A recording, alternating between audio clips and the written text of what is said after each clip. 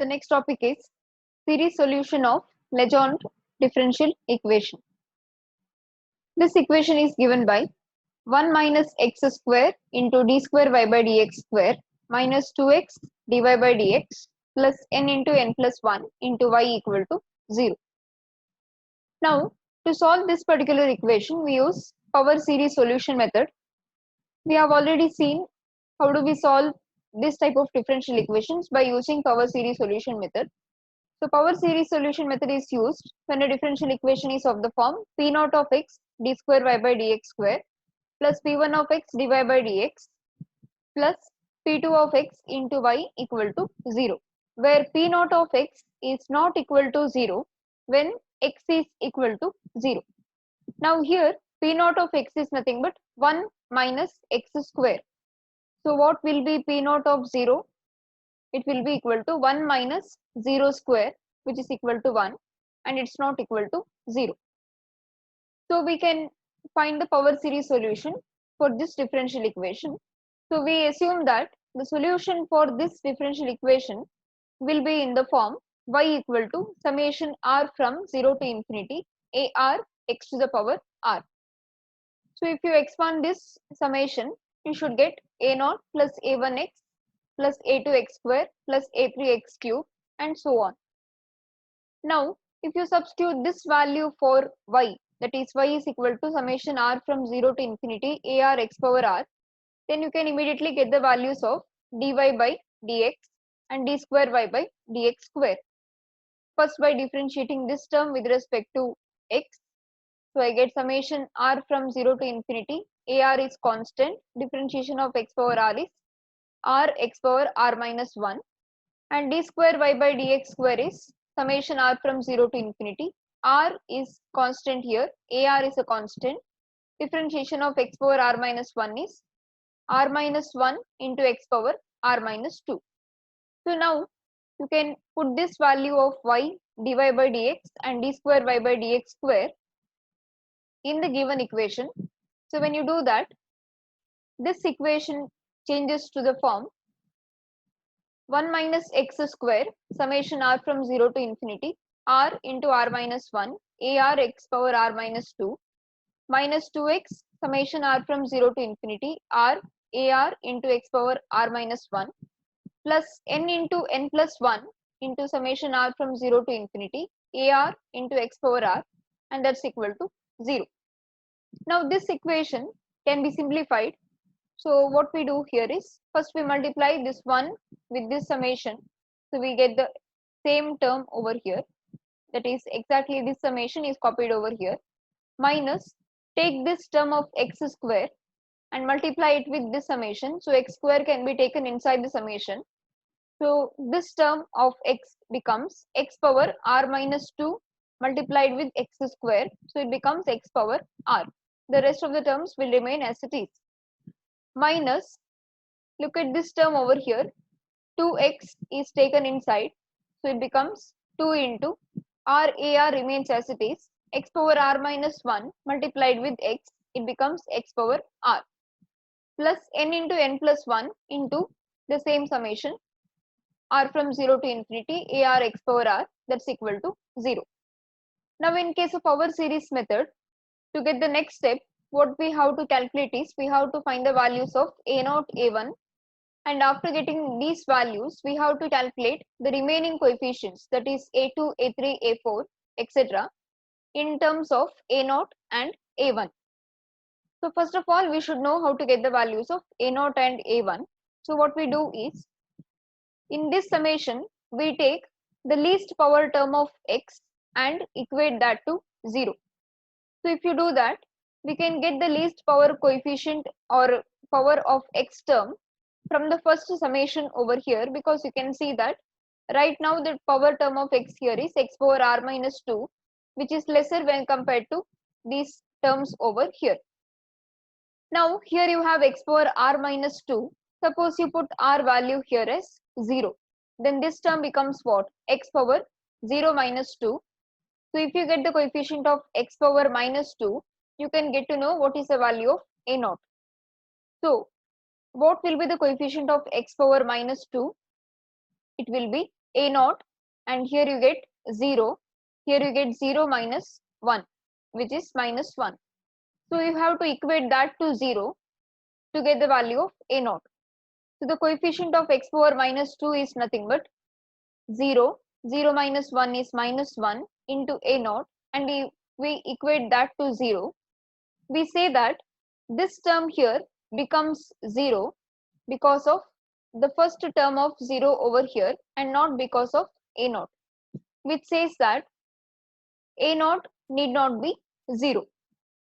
So now let's see the next lower coefficient power of x, that is x power minus 1, because when you put r equal to 1 here, you get x power 1 minus 2, which is x power minus 1, and the coefficient of x power minus 1 is 1, 1 minus 1, which is 0 into a1, and we equate the coefficient of x power minus 1 to 0, so we get 1 into 0 into a1, and we equate that to 0. So now we say that this term over here is becoming 0 only because of this 0 and not because of a1 here. So from this we can assume that a1 need not be equal to 0. So from these two conditions we assume that a0 and a1 are not necessarily 0. After this is done, the next thing which we have to do is we have to equate the coefficient of x power r to 0. Now, except the first term, if you take the remaining terms, you can immediately get the coefficient of x power r. The coefficient of x power r here is minus r minus 1 ar. In the next term, coefficient of x power r is minus 2r ar. In the last term, coefficient of x power r is plus n into n plus 1 into ar. Whereas in this term, if you want to get the coefficient of x power r, you have to put the value of r as r plus 2. So when you put the value of r as r plus 2, what will be this particular term here? You get x power r plus 2 minus 2. And this term over here becomes x power r. If you are replacing every term of r by r plus 2, what will be the coefficient of x power r in the first term? R is being replaced by r plus 2. So you get r plus 2 here. Here you get r plus 2 minus 1, which is nothing but r plus 1. AR changes to AR plus 2. So please note, the remaining terms you can immediately write the coefficient of x power r. Only in the first term, to get the coefficient of x power r, you have to replace, or you have to put the value of r as r plus 2, because please note the summation is from r equal to 0 to infinity. So take a value of r as r plus 2 so that you can get x power r here, which makes this term r plus 2, r plus 1, ar plus 2. The remaining terms, directly we write the coefficients. So this is what we get over here. Now let's keep this LHS as it is. Then shifting the second term, third term and the last term to the RHS, I get this term over here becomes r into r minus 1. Then here I get plus 2r, and this term here becomes minus of n into n plus 1. And AR is a common term for all these three terms. So I am writing AR over here. Now what I want to calculate next is I want to get the values of A2, A3, etc. So what I will do is I will keep the term of AR plus 2 here, and I will send this R plus 2 and R plus 1 also to the RHS. So now I have a recurrence relation. Using this, I can calculate the values of the remaining terms. So what can I do so that I can get the value of A2, A3, A4, etc. So if you want to get the value of A2 using this, you should put the value of R as 0. So when you do that, I get the value of A2 because R is 0 now. This is 0. Here I get minus n into n plus 1. This is 2. This is 1. And here I get A0. To get the value of A3, put R equal to 1. So I get 1, 1 minus 1, this is again 0, this is 2. Here I get minus n into n plus 1 divided by 1 plus 2, 3, 1 plus 1, 2. So I get 6 in the denominator and this is a1. In the numerator, what do I get is, if you simplify, I get minus n square here, minus n, and here I have plus 2, which is over here. So I get minus n square plus n minus 2. Denominator is 6. And you have a1. Minus is common here. I have kept it out. And in the next step, what I can do is, I'll keep that minus over here. 6 is kept as it is. Then n square plus n minus 2 can also be written in the form n minus 1 into n plus 2. So now I know the value of a2 is in terms of a0, a3 is in terms of a1. Similarly, I can get the value of a4 again by using the same recurrence relation. But now the value of a4 is in terms of a2. But the value of a2 is already calculated. The value of a2 is here. So just replace this value of a2 by the calculated value of a2. So I get this term over here. After further simplification, my answer for a4 will be in terms of a0.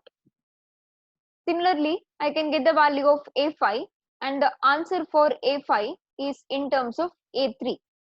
But I have already got the value of a3 over here, and the value of a3 is nothing but it's in terms of a1.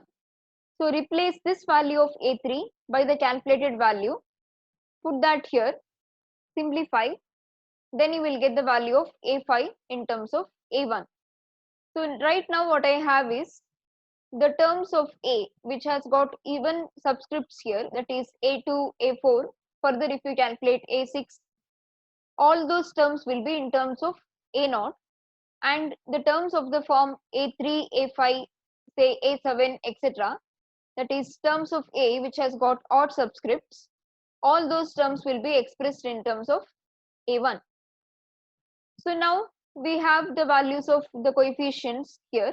So what we can do is, we can put them over here in the assumed solution. So a0 and a1 is kept as it is. What is a2? The value of a2 is in terms of a0. Substitute it here. a3 value is in terms of a1. Put that over here. So after substitution, your answer should be expressed somewhat in this form. We write the answer in this form because all these terms are, that is a2, a4, further if you continue with a6, etc., they will all be expressed in terms of a0. So club all of them together as one term, and the remaining terms, that is a1, a3, a5, say a7, etc., all those terms will be expressed in terms of a1. So club them and make a separate group over here. So now in the next step, from this summation, I can take a0 out, because we know that a2, a4 and the remaining terms over here will be expressed in terms of a0. So a0 will be a common term over this summation here.